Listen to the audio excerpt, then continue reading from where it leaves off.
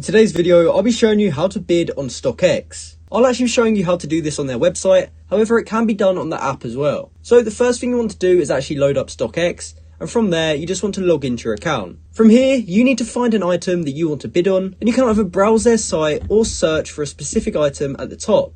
Once you've found an item, it will look something like this, and we can actually choose the size over here. So let's just say I wanted a UK 5, I could click UK 5 right here. And from there, I can see that I can buy this right now for $203. But as you can see, the last sale was $172. So let's just say I wanted to bid at $172. What I would do is simply click place bid. And from there, they'll actually give you some pricing options.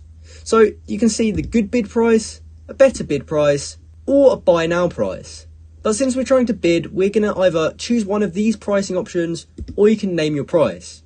So from there, you can choose the bid expiration. So you can choose between 1 day, 3 days, 7 day, 14 day, 30 days, and 60 days. And that's basically how long the bid will last. You can also add a discount code if you have one.